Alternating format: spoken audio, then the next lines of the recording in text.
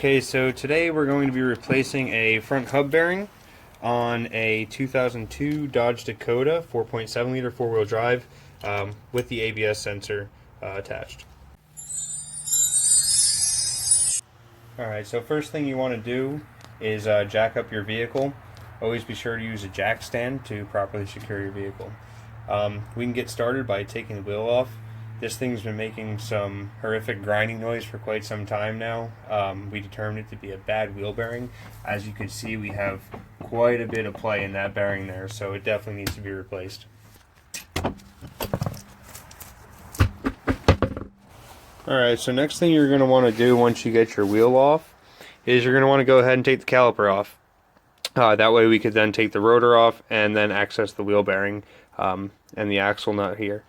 If you look on the back of your caliper, if you have these caps still on here, a lot of times they tend to fall off. Underneath those caps are going to be your caliper bolts or slide pins.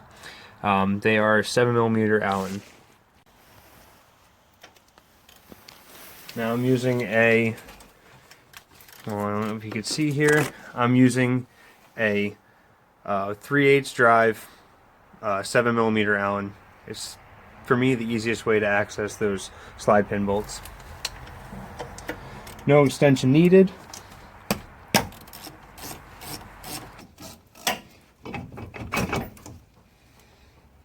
Looks like we're a little stuck on the slide pin there. No big deal. Pop this out of the way for now. We can go ahead and slide our rotor off. Now we can go ahead and work on getting the axle nut off. Regular pair of dikes will be fine. If you don't have dikes, you use a set of needle nose pliers, regular pliers, or whatever means it takes you to get this cotter pin out. But I find this works the best. They recommend that you should replace this cotter pin every time. This axle was recently replaced. This cotter pin's pretty brand new. You can see we didn't really damage it up too much here. There's no cracks in it or anything like that. We're going to go ahead and reuse it. This is my personal vehicle. I'm not too worried about it. Try not to lose that washer. It's going to be important. And then with a 32mm socket, you're going to remove your axle nut.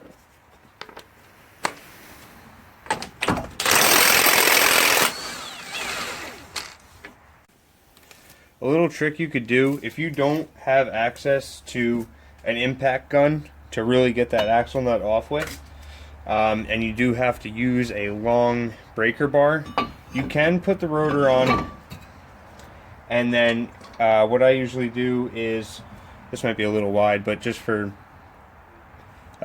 demonstration purposes, you can put this in the vented part of your rotor. If you look up here, you can put it in the vented part of your rotor. If you stick it through one of those slots, it'll stop here, and then you can go ahead and turn your axle nut loose with a long breaker bar.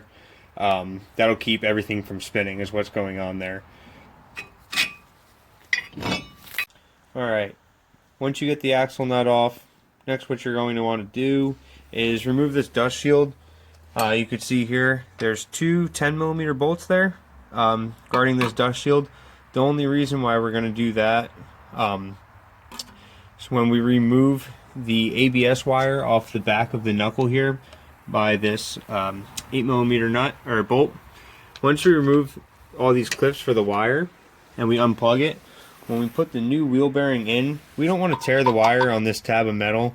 Obviously, taking the old one out, we really can care less what happens to this wire, but we want to set ourselves up later so that putting on the new one is very easy and we don't damage any parts.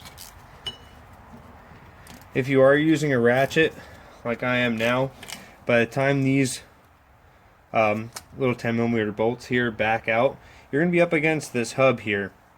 You're going to find yourself in a predicament where you won't be able to get the bolt all the way out and you won't be able to get your ratchet back off. So you want to get yourself an open end 10mm wrench once you break these loose. I like to do it with a 6-point socket to break them loose to prevent rounding out the heads of these, which could happen, and you guys might end up breaking these off. Am I going to say this is a very extremely important part that must go back on the vehicle? No, but if it came off the vehicle, and it's a customer's car. Like I said, this is my vehicle, but let's say it's a customer's car. We really should be putting everything back on the vehicle if we can.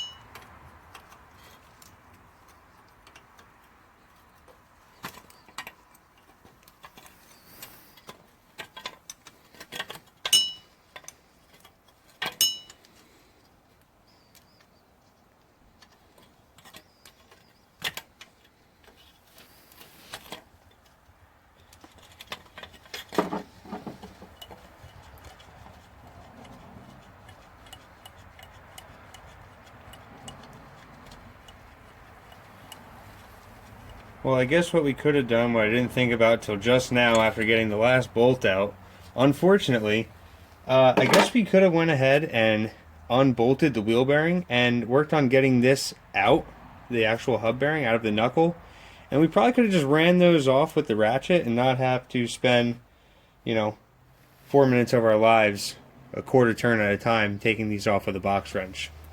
So, autocorrect, take this off first. Didn't think about that. So if you didn't already, you want to go ahead and put some of that penetrating oil on the 3 bolts that hold the actual hub bearing in. If you look behind here by the axle boot, you can see the heads of the bolts. This is the one right here. You have another one right here. Sorry. And then you're going to have another one right down there. Alright, then you want to go ahead and get a 9/16 socket wrench and a ratchet, and then grab yourself a 9/16 box wrench as well. These are pretty tight, and the head of the ratchet's a little big. It's up against the axle boot here. It's a little tough to get to. You have to push the axle in a little bit. You can see I'm putting a lot of pressure on this here, and she does not want to break loose. So to prevent losing knuckle skin, breaking a tool, or possibly breaking a bolt in a customer's vehicle, you try a couple different things here. This fits in the air, in the space a lot better. 9/16 wrench. I know a lot of people are against 12 point, but unfortunately, I don't have a 6 point handy, and this will do just fine for what we're using it for, and it's going to get us in a tight spot. So we'll get behind the knuckle here. We're going to put it right on the head of the bolt. Take your hand, put a little bit of pressure here so it doesn't pop off, and you don't want to round off the bolt. You can grab yourself a hammer, use a ball peen hammer. The only reason why I say that, you can use a claw hammer if you have it. Just watch your face. Don't be swinging like an animal and hit yourself in the head with a hammer, or put the claw of a hammer in your face. Not fun. Just give it a couple taps, try to break it loose, and it should come loose there. Obviously I broke that one loose already. We'll go ahead and do one that I didn't break loose. That way you can see the real struggle. So this one you saw before I had the ratchet on, and she just didn't want to budge. You want to give her a couple good whacks, and it should, you could see there, now it's coming, broke loose. And like I said, you don't want to beat on it like an animal. Give her a couple good whacks, and it'll come loose for you. Alright, I went ahead and took all 3 of these bolts out. These are the 3 bolts that I showed you before, holding the hub bearing itself to the steering knuckle. So now that you have all 3 of these out, you can go ahead, and if you only have access to a small hammer, that's fine. Just might take a little longer. You have something a little bit bigger like that, highly recommend it. We're going to go ahead and we're going to hit the hammer off the wheel bearing on opposite sides, and after a few whacks it should pop loose. Be sure that you have all 3 bolts out of the hub bearing, and make sure you do have your axle nut off. That way you don't damage anything or break a bolt when you're trying to beat the hub bearing out of the knuckle. Okay, make sure it's completely free of all hardware before you take it to this step.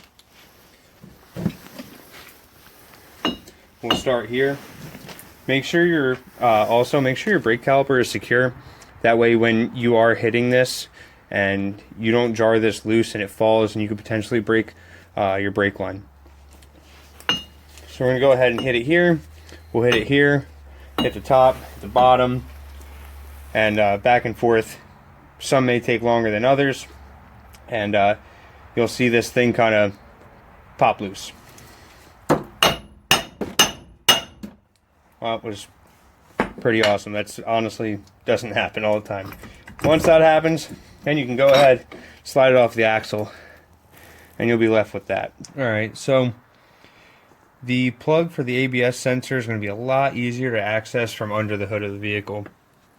If you see here, you have an air conditioning line, and you have your air box here. If you go right down in between them, or you can follow the wire from in the wheel well, from the wheel bearing side, you're going to come across this little gray plug here. It's going to be, like I said, it's going to be a lot easier to access from under the hood versus trying to do it blind from the wheel well. If you have to use a little flat blade screwdriver to push on that little clip right there, push that down and you should be able to undo this plug here.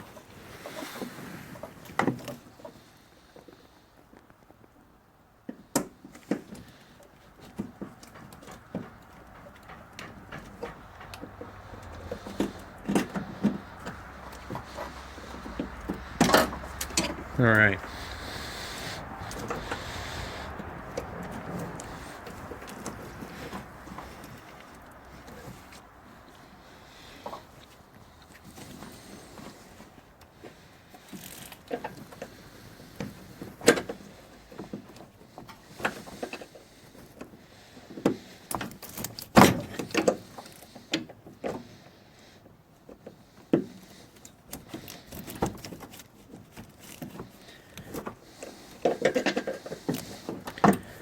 Once you have that undone, the plug actually sits. You can see there's like a little dimple here, little Christmas tree you might call it, or whatever.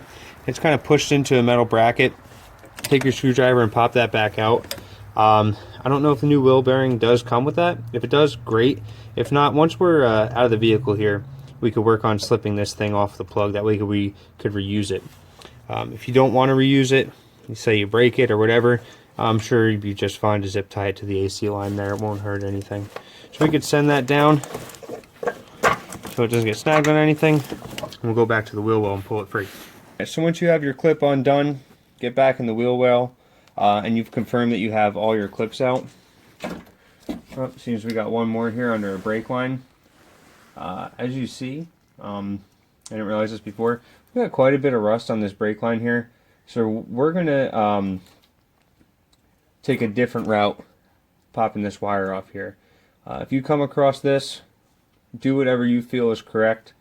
I'm going to do something that maybe some people might not agree with, but I kind of don't want to play with that rusted brake line too much. Obviously that's something that has to be attended to, but not in this video.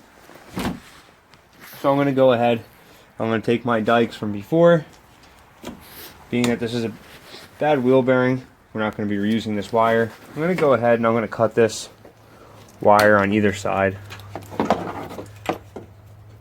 And then we'll come up with a different means of securing it when we put the new one in. But, like I said, we're not going to create more work at this current juncture. Now your wheel bearing is free. Your axle's poking through your steering knuckle here. And we can go ahead and start preparing to install the new wheel bearing. Alright, so to prepare to get the new wheel bearing into our knuckle here, what I like to do is I like to prep the surface that the new bearing is going to be installed in. You don't want to go ahead and put your new wheel bearing in with all this rust and grime and gunk. It just makes assembling a lot easier, and you won't have to fight the bearing getting it in here as much if you just take a couple seconds just to prep the surface. So get a little brake clean, or if you have some kind of parts cleaner, carb cleaner, gum cutter, heck, even some kind of degreaser or cleaning solution. If you have to go in mom's cabinet and grab some Fantastic or 409 spray to tackle this job here, and a little wire brush. If not, get a little bit of sandpaper or a Scotch-Brite pad. I just like to spray the surface here. Don't need to go too crazy. Just get a little wire brush in there. Just clean up some of that rust. I guess depending on who you get it from, it does actually come with that new push pin clip that goes into that bracket under the hood there. So that's pretty awesome. We don't have to worry about taking the other one off and potentially breaking it.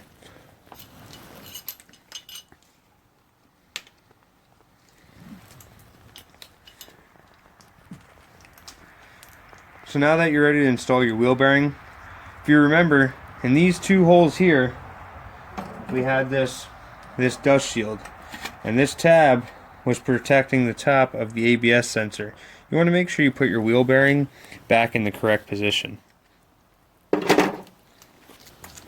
So for now, you could take the wire and you could just pull it out of the way. We don't really need that in our way right now. And make sure you have your wheel studs facing outwards, ABS sensor in the correct position.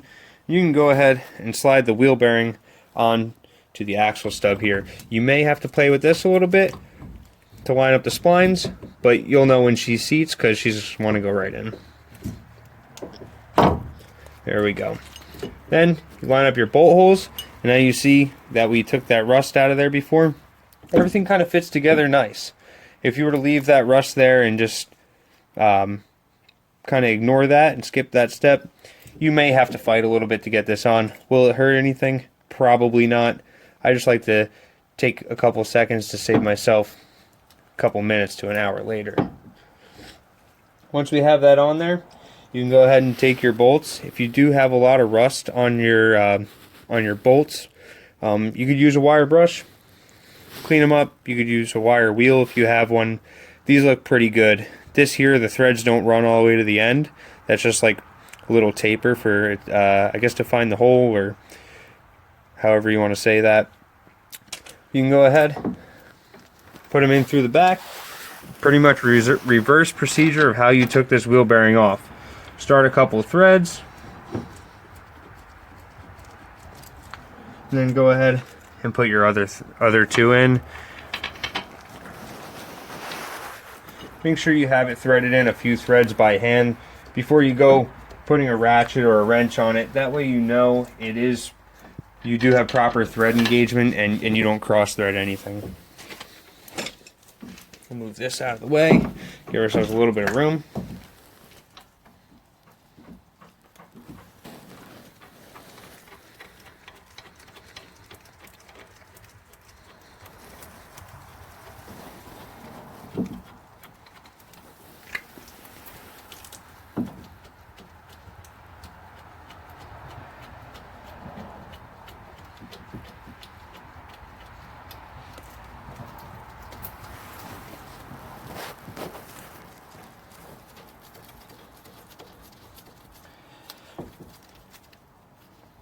Alright, once you have those threaded in a little bit by hand, you can go ahead and take your 9/16 socket and ratchet, or your 9/16 wrench, and go ahead and tighten those up.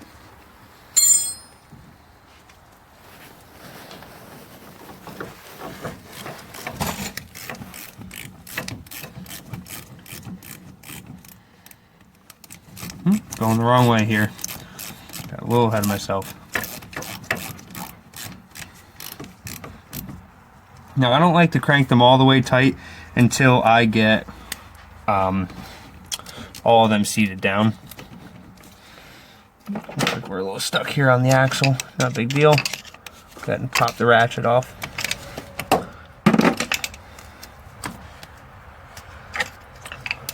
And then once you have them all seated down, then you can go ahead and tighten them all the way down.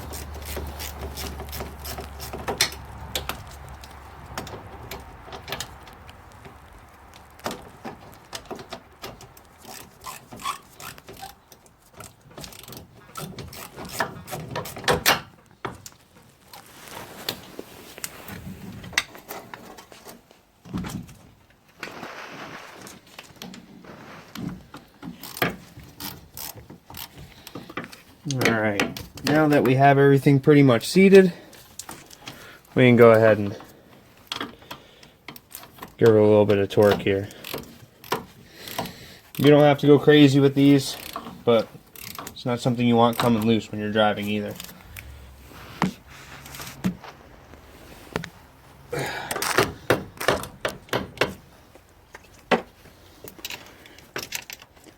You'll see, like, from before when you went and took this apart, you don't really have too much room to get the head of a ratchet in there, but you can make it happen.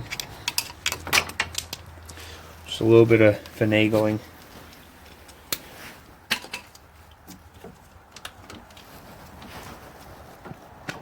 And if you have to, go ahead and use your box wrench. That'll do just fine. Which we might have to now.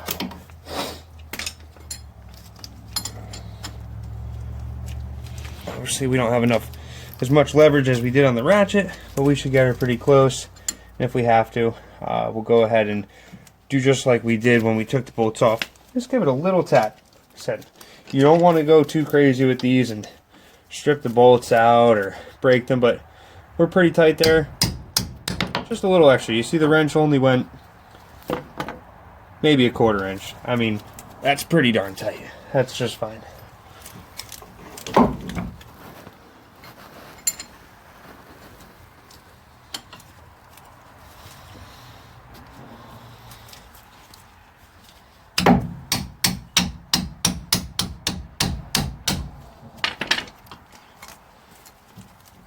Go ahead and check this last one.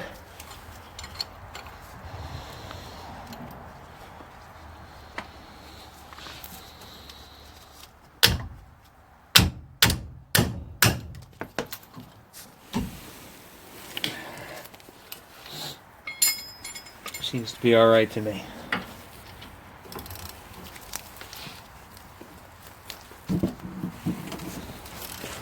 Nice.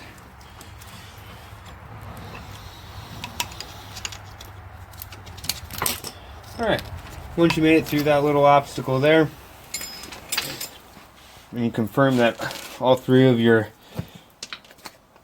bolts to retain the wheel bearing are tight, you can go ahead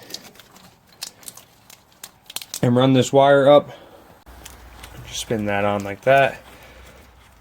You don't have to do this at this exact time. This is just something that I like to do. Then we can go ahead, get back here, and we can put our little 8mm bolt back in here to hold the wire to the back of the steering knuckle.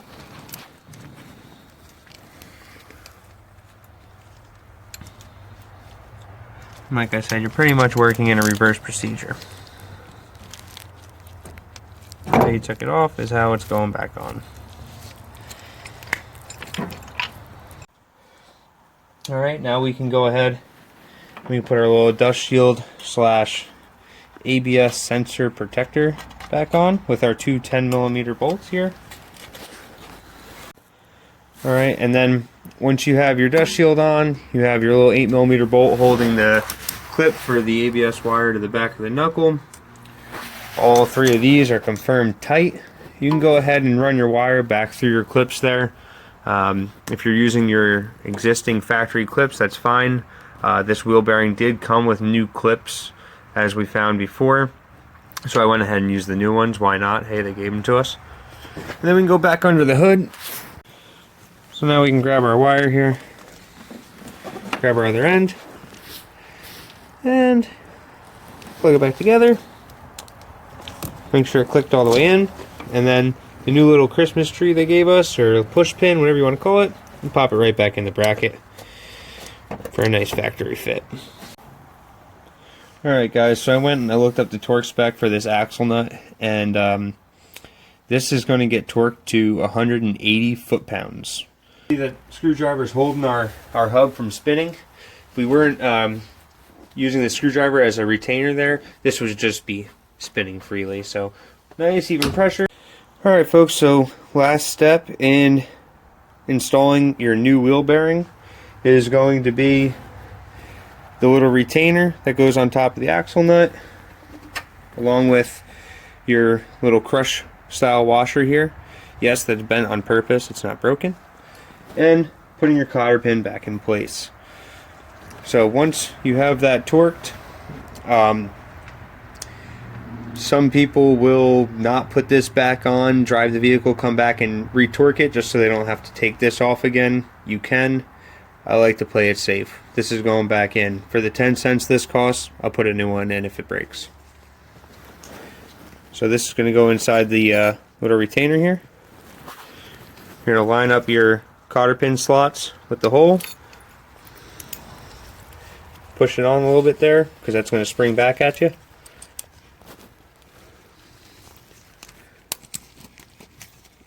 And slide that up into place. And we can take our dikes, needle nose, whatever you have, even a flathead and a small hammer, bend that over with, it's just fine. Okay, do that and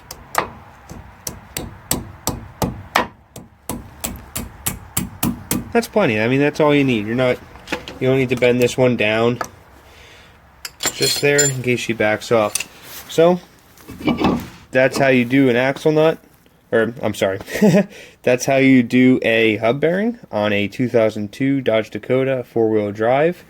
Obviously, we're going to go ahead and put these brakes back on and put our wheel on, go for our test drive, come back and retorque everything. But that's everything you need to know to install a hub bearing on a 2002 Dodge Dakota 4-wheel drive.